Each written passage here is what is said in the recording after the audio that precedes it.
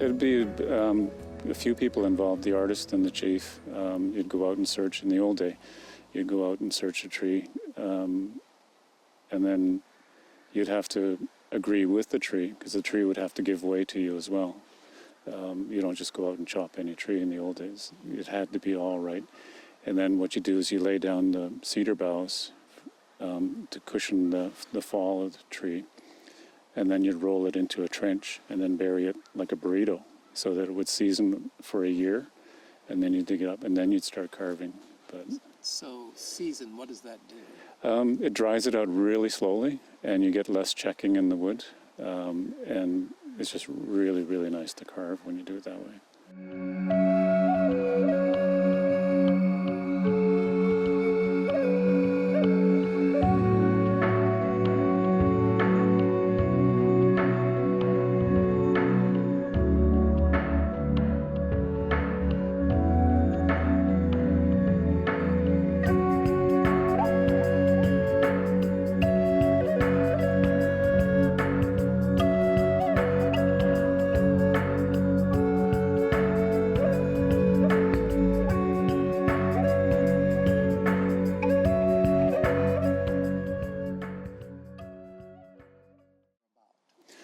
The totems were about the family history, the accomplishments of the chief, or the events that happened in the families. Like if there was a war going on, there'd be a representation of a warrior, or if there was some amazing feat, just everything was represented in the poles within their crest system. So like the wolf pole would have like a ram, like in our pole, and we'd also have a goose and a grizzly bear. So, and then those would be the different stories, and each figure has a story behind it. Depending on the skill level and what was required from the chief, like the poles are dictated. You can't vary from them. So as an artist, you have to follow it to the letter. And you can't deviate much from that, if at all.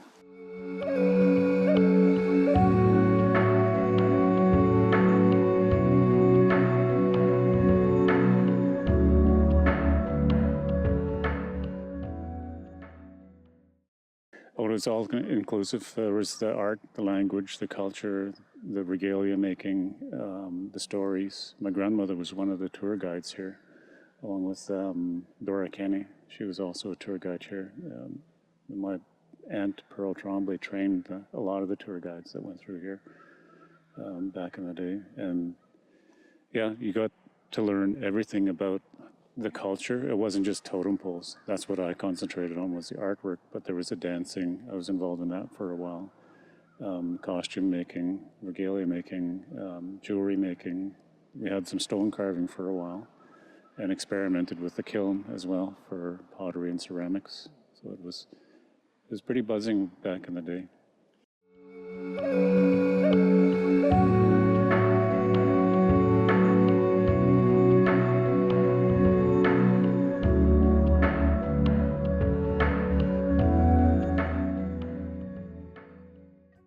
There was the Eden Shaws, Mungo, and Bill Reed were the ones that carried it through to our generation and the older guys here.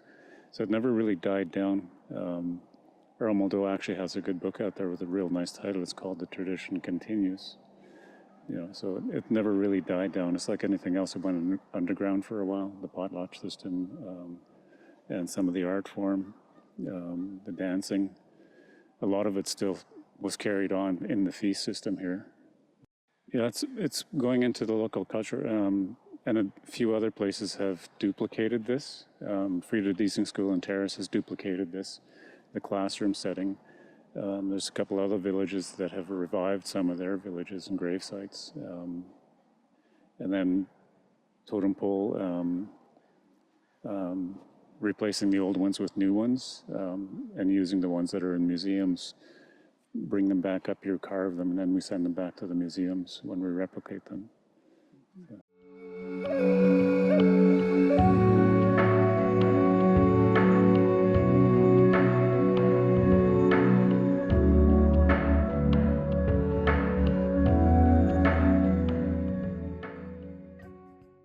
what happened, the idea behind this was that the 7 villages in the area would contribute to Gitxsan, the regalia for the museum, artists for the poles, or whatever projects we had going here. So that's slowly coming back again. So in a sense, it's being revived from being the revival.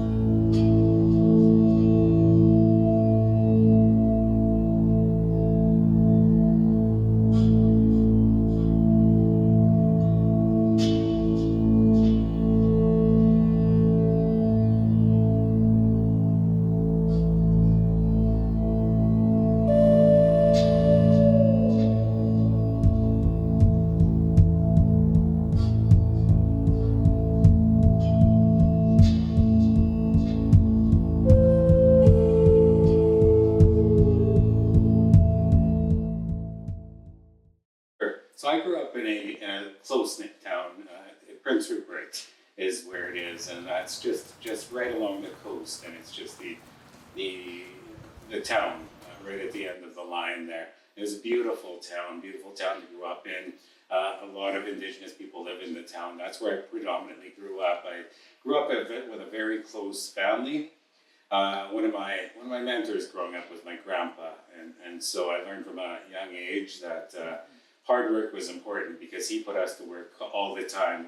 Right from a young age, we were out chopping wood and cutting down trees. Well, we weren't cutting down the trees, but we were hauling the trees back for his wood stove at home. And so, but I learned how to chop wood from a young age and just learned the responsibilities of caring for elders and caring for people around me. And so in that as well, I was able to learn from him and listen to the stories that he had to tell me about him growing up as well. And so he had a rougher childhood than we did, of course, and he had some challenges in life. But he lived a dry life in his older years, and he worked really, really hard. And so that was one of my memories, and that along with being out on the boat with him. My grandpa owned a gill netter, and so we as a family, we would all get out together and fish together. We go food fishing at a young age and out in the ocean, and so that was a great memory. I always loved being out on the boat. There's something about being out on the water I've always felt really calming and peaceful, and so I've always loved being on the water, and I love fishing. And my mom, coming from fishing as well, my mom grew up and she was a gill netter, and so every summer she would go out and get jobs, just mending nets, or sorry, not a gill netter, a net mender. She would go out and start mending nets out there and work really hard during the summer, and she would also barter. So at times she would mend nets. Sometimes the fishermen didn't have a lot of money, so she would barter for fish. Sometimes we just had tubs full of fish at home, and so we wanted to take a shower. We had to help process the fish and count the fish and get it ready. And so those are some of the good memories that I have growing up. And so growing up, I didn't actually grow up in community. And so my father's Gitxsan, my mom and my dad actually divorced at a young age. But so it wasn't until later in life that I became more involved in the community and started connecting with my community and my Gitxsan roots. But I knew my cousins, I knew my relatives that were Gitxsan, and they kept me connected to my culture in that way. So, but I didn't spend a lot of time in community.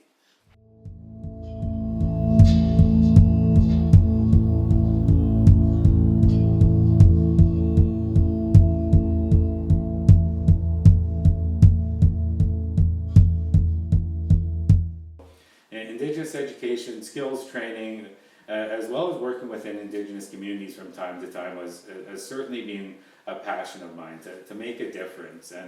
And to be honest, it wasn't until I was later in life as well that I learned, growing up in school, I didn't learn the impacts of colonialism. I didn't quite understand why Indigenous people had the many social issues that they have. And so I had to learn that at an older age. And so at first learning about it, makes you angry inside, just learning about everything that happened. But after a while, you get over that, and you just, you understand that. And for me, I just wanted to make a difference. I wanted to make a positive difference. And so that's what I've dedicated my life to. And so had a passion for me, and with that as well, I've also taken some nation building courses and learned from great minds like Stephen Cornell, Satsan, which is from Wet'suwet'en territory, one of the leaders in Delgamuth, Neil Sterritt, which is another leader in Delgamuth, Corey Wilson, Bill Wilson's daughter, and Tim Raybould, which Jody Wilson's husband. So I've had some great mentors and teachers in my life to kind of teach me about nation rebuilding as well, and teaching me how we can turn things around in a nation and take those important traditions and customs as well as some new ways of doing things, of innovation, and weave them together so that we're able to use our good tools of the past as well as certain tools in the future and create a brighter future for us. And so I thought that to be really important as well. So that lit a passion in me as well. And with my education as well, I went on afterwards as well, and I decided I was going to pursue my master's in education. And so I achieved my master's in Indigenous Education Leadership and Administration through UBC with a partnership with NVIT, which is the only post-secondary Indigenous institute in BC, and that was an incredible program as well. I learned from one of my mentors, Verna Billy Minibariat is her name, and just what I learned in there, and the importance of deconstructing our colonial systems and reconstructing indigenized systems in its place. So I learned the importance of that rather than trying to tweak already colonialized systems to make them a little bit better. I think it's so important sometimes we just have to tear them right down and build them right back up to make sure that they truly represent and have Indigenous values and ways of doing things instilled in what we do.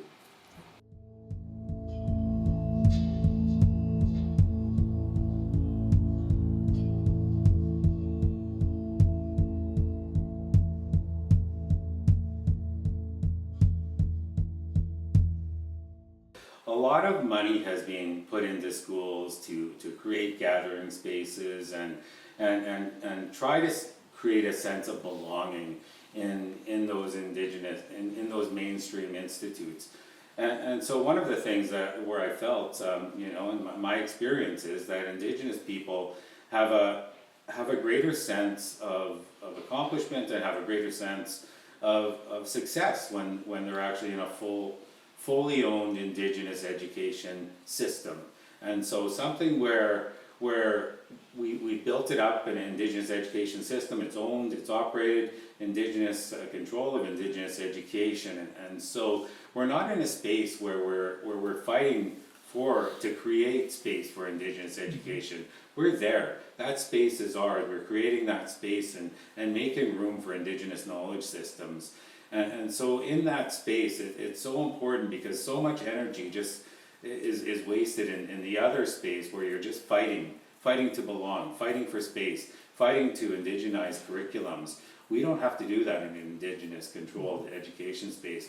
It's just ours. It's something that we can build. It's something that we can instill values and our ways and our histories in that, so that our graduates can take pride and they can see themselves in the education as well as they can go on and succeed in their careers and what they do.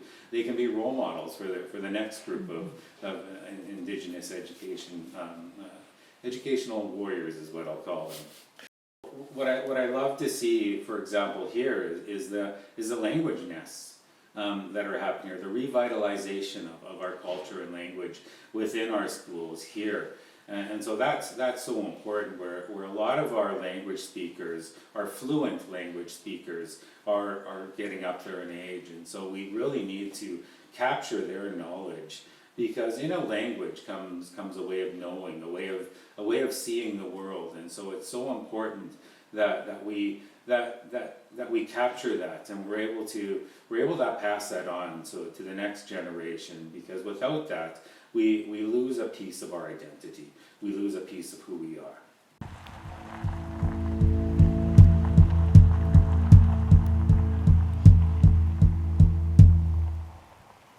Well, I just think that, it's just that trying to be inclusive in language and the things that we do. And so I'm not a language speaker myself, but one of the first things I did when we started here and we had the swearing in ceremony for a new chief and council, I made an effort to try my best to give the traditional language welcome at the beginning of the ceremony, and I didn't do well, to be honest. But I tried, and I'm going to keep trying, and I'm going to keep trying to learn the language while I'm here. That's one of my goals, and what I want is I want my children to see that, and I want my children to also learn the language as well in the area, because I think that's important, and I think it's important that we also act as role models to demonstrate the importance, and even if we stumble and we fail forward, and we keep trying, because it's not in failing, it's in failing is where we learn. It's in that uncomfortable place where we're trying and failing, where we're learning, and that's so important. And it's important to make people feel comfortable to try. Yeah, I just wanted to add as well, when we think about language, I think it's also important to think about the English language that we use as well. And so, for example, the Indian Act, which was a very colonizing and oppressive piece of law and legislation that was passed down to control Indigenous people. One of the things that we're trying to do in our community is decolonize the language that we use. And so, for example, we don't want to call ourselves members anymore. And so typically you might hear a lot of communities saying that they have members, and we don't. Mm-hmm. We have citizens. We belong to a nation. There are groups, and that word actually holds a certain meaning internationally in terms of nationhood, but also in terms of responsibility and belonging to a true nation. We don't belong to a country club or a golf club, for example. We're not members in that regard, and so changing that language is also important. And even when we think about where we work, and so a lot of people might say, well, you work at the band office, and even that, and so yes, well maybe we do work at a band office, but how do we want to perceive that? We work at the administration for our nation, for our community. So I work at Gitanmaax administration. I don't work at a band office, and we're just trying to change the language that we use to decolonize that language as well, just because I think making every attempt these small steps toward decolonization, they help to change our frame of mind and how we see ourselves. And so I'll say I'm not an expert in the organization, but I will say that for us, we work for the Gitanmaax administration, and what we do is we administer our programs and services for our community within our reserve boundaries. And so the land that was set aside for us by the Canadian government.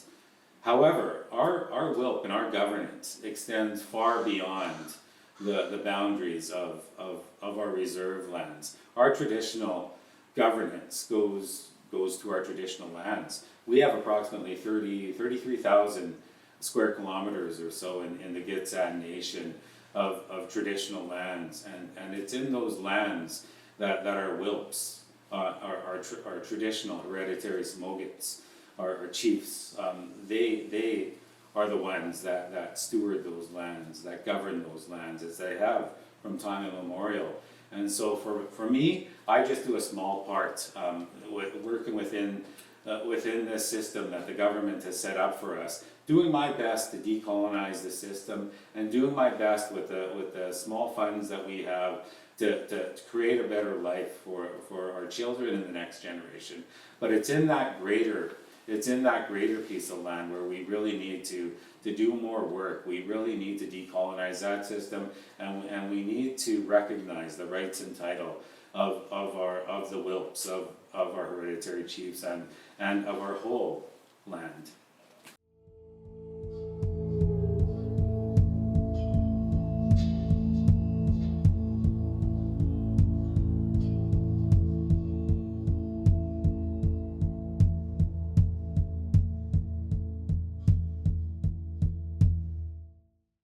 It's important that Indigenous people are able to utilize the resources on their lands in the way that they see, to participate in, not to be a capitalist system, but to participate in capitalism in our own way, in a way that reflects our values and who we are as a people. And that's important to us as well. It's not that we don't want to be a part of industry and moving forward, but we want to do it our way.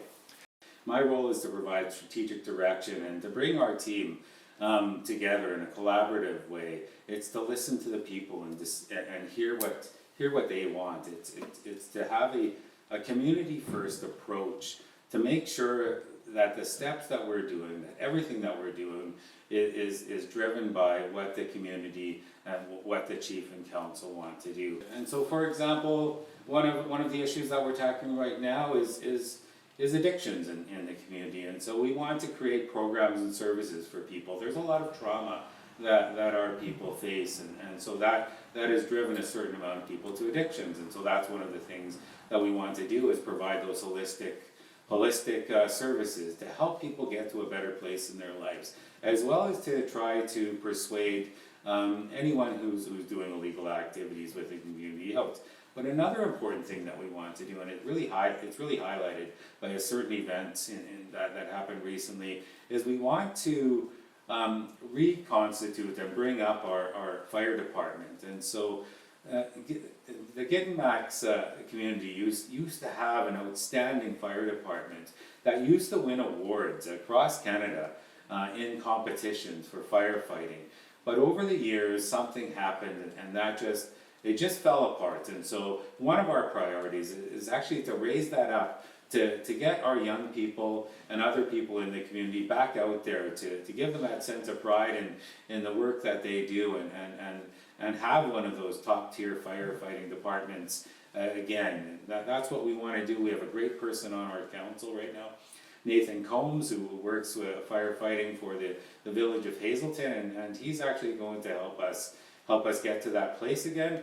And it's really driven home by a recent event, an unfortunate event, where there was just this past weekend, there was a fire in Gitxsan, where one of the smokehouses caught on fire and another one caught on fire. I remember seeing it on Facebook Live, and I actually thought a house was on fire. The fire was so big. And it's unfortunate that we didn't have a fire department, because we should have actually been a first responder to that fire. But they had to wait for our other neighboring communities, Gitxsan and Gitxsan, to get there with their firefighting department. We want to make sure that we're there and we're doing our part and we're fulfilling our responsibility as well, not only to our community but to our neighbors as well, because we all need to work together in this small part of the world to make a difference. And so a big priority of ours, for example, is getting our fire department back up and running. With community safety as well, we want justice to be done our way, and so one of the things we want to do is create a house of justice, that's built upon our traditional values and our traditional ways of not just punishing people when they do something wrong, but how can we work with offenders, and how can we reintegrate them back into society and lift them up so that they're a good person in our communities again, because people make mistakes, and we want to help them not learn from their mistakes and help them to get to a better place.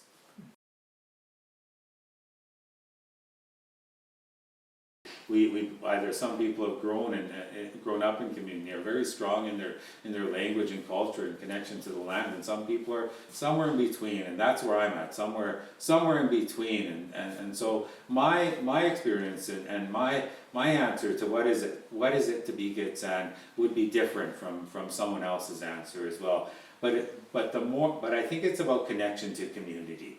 It's about connection to your identity. It's about connection to the land.